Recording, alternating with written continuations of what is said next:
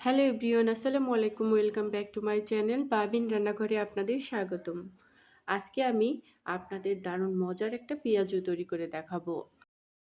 আসছে রমজান মাসে সবাই ইফতারে পেঁয়াজু খেতে ভীষণ পছন্দ করে, আর এই রকম মুখরোচক খাবার হিসেবে আপনারা ইফতার টেবিলে এই পেঁয়াজুটা রাখতে পারেন। চলুন তবে দেখে নেওয়া যাক কিভাবে তৈরি করতে হয়। পেঁয়াজুটা তৈরি করার জন্য প্রথমে এখানে আমি মাঝারি সাইজের এরকম 4টা আলু নিয়েছি।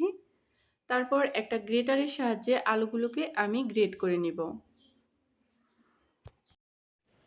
সবগুলো আলু এরকম গ্রেট করে নিয়ে তারপর আমি এখানে দিয়ে দিব একটা গাজর,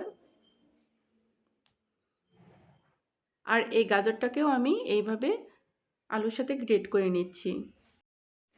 আলু গাজর দুটোই একসাথে গ্রেট করে নিয়ে তারপর আমি একটা বাটির মধ্যে তুলে নিয়ে পর্যাপ্ত পরিমাণ পানি দিয়ে 3-4 বার পানি পাল্টে পাল্টে পরিষ্কার করে আমি আলুগুলোকে পানি ছেঁকে তুলে নেব। এরপর আমি এর মধ্যে কিছু মশলা অ্যাড করব। দিয়ে দিচ্ছি 1 টেবিল চামচ পরিমাণ লাল মরিচের গুঁড়া, 1 টেবিল চামচ পরিমাণ হলুদ গুঁড়া, দিয়ে দিচ্ছি স্বাদ মতো লবণ, আর দিয়ে দিচ্ছি এখানে 2 টেবিল চামচ পরিমাণ চালের গুঁড়া, দিয়ে দিচ্ছি 2 টেবিল চামচ পরিমাণ ময়দা। এখানে আপনারা ময়দার পরিবর্তে আটাও ব্যবহার করতে পারেন। আর সবশেষে দিয়ে দিচ্ছি এখানে 1 টেবিল চামচ পরিমাণ জিরা গুঁড়া। আর এখন এই সব কিছুকে একসাথে ভালো করে মিশিয়ে নিতে হবে। এখানে চালের গুঁড়াটা দেওয়ার জন্য এই পেঁয়াজগুলো মচমচে হবে। সব কিছু একত্রে ভালো করে মিশিয়ে নিয়ে তারপর আমি এর মধ্যে দিয়ে দিচ্ছি 2 টেবিল চামচ পরিমাণ কাঁচামরিচ কুচি, দিয়ে দিচ্ছি 1/3 কাপ পরিমাণ পেঁয়াজ কুচি,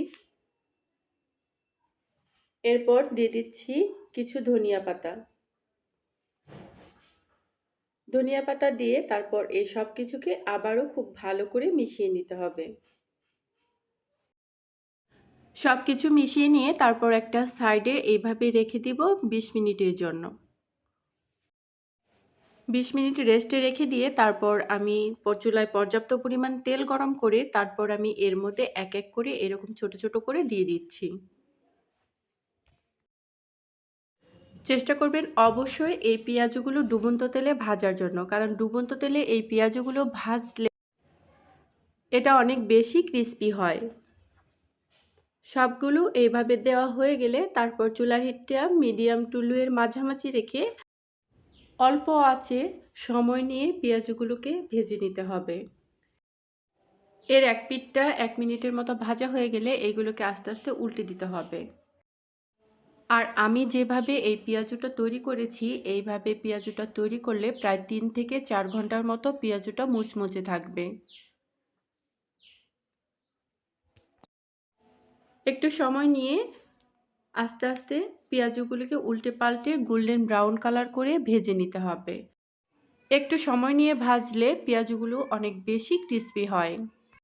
আর এরই মাঝে পেঁয়াজগুলো ভাজা হয়ে গেছে, এখন আমি তেল ছেঁকে পেঁয়াজগুলোকে তুলে নেব।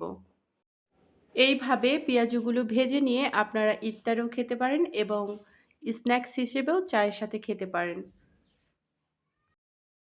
তো ভিউয়ার্স, আজকের এই রেসিপিটা যদি আপনাদের ভালো লেগে থাকে অবশ্যই একটা লাইক করবেন, আর এরকম আরও নিত্য নতুন রেসিপি দেখার জন্য আমার চ্যানেলটা সাবস্ক্রাইব করে আমার পাশেই থাকবেন। আল্লাহ হাফেজ।